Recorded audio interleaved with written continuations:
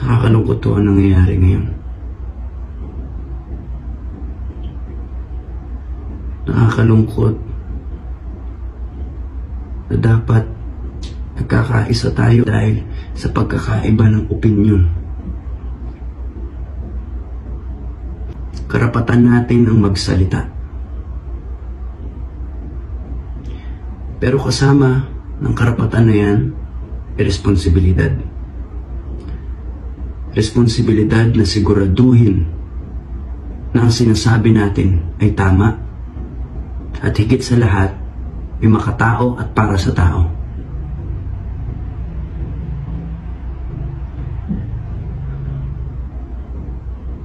Nakakadismaya akong makita na ang iba naming mga kasamahan sa industriya na piniling magsalita ay iniinsulto.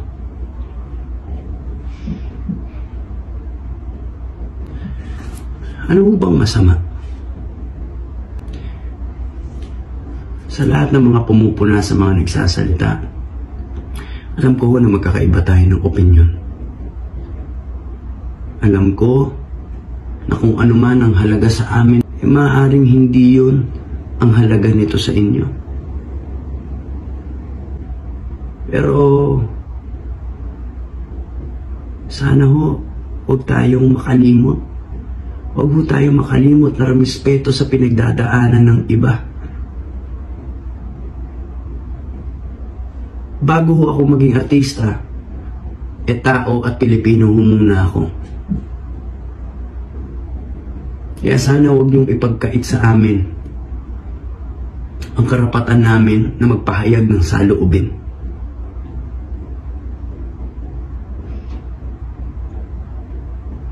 Sa mga kasamahan ko sa industriya, sa mga kapwa ko artista, sa mga sumusuporta, nais ko lang magpasalamat sa inyo. Maraming salamat po. Yun lang. Higit sa lahat, sa mga kapwa ko Pilipino, huwag ho nating talikuran ang pagiging makatao. Buksan ho natin ang mga puso natin para sa pinagdadaanan ng iba. Buksan natin ang mga mata natin para sa katotohanan. Mas mainam pa ang maging bulag kesa sa nagbubulag-bulagan. Daniel Padilla po. Tao, Pilipino. Magandang gabi po. Alam ko po marami sa inyo may alam na matagal ko po piniling manahimik. Bakit? Kasi kagaya po ng iba sa inyo, natakot po ako. Pero ngayon, nandito po ako kasi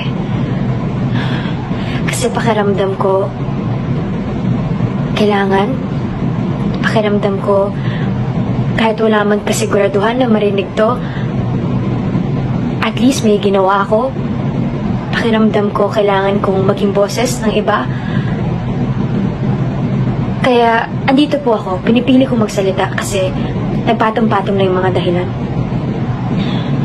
Maaring marami sa inyo iniisip po na maginhawa yung buhay namin kumpara sa iba. Opo, pero hindi po doon nagtatapos yun eh.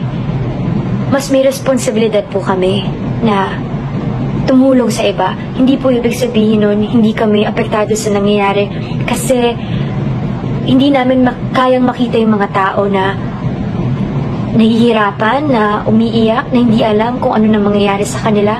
Kaya nandito po kami kasi responsibilidad namin makaramdam para maging boses ng mga taong hindi mapakinggan. Kasi kung di kami magsalita, sinong magsasalita para sa kanila? Meron po akong isang linya dun sa movie na nagawa ko nung huli. Ang sinabi dun, ang choice para lang sa may pera.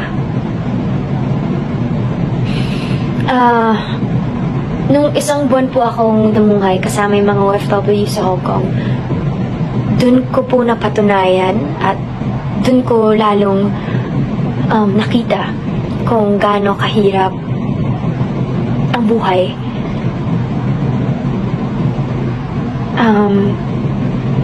Kaya nakakalungkot man isipin, totoo yung sinabi nila na ang choice hindi para sa lahat. Hindi lahat kasing swerte natin, nakakalungkot yun. Kaya nananawagan po ako sa mga kinaukulan na sana bigyan natin ng atensyon yung mas kailangan, yung pong mas makakabuti para sa nakakarami. Tayo mga Pilipino, sana matuto tayong manindigan sa kung anong tama. Sana magamit natin yung boses natin para mapahayag ng responsable kung ano yung mga saloobin natin. At sa mga kabataan, sana huwag kayong matakot. Kasi kagaya nyo din ako, natakot ako. Samahan niyo po kami magdasal na sana maging okay na lahat. Sana matapos na lahat to at sana maayos lahat sa tamang proseso at mapag-usapan ng maayos. Ayun lang po. Salamat po sa pakikinig.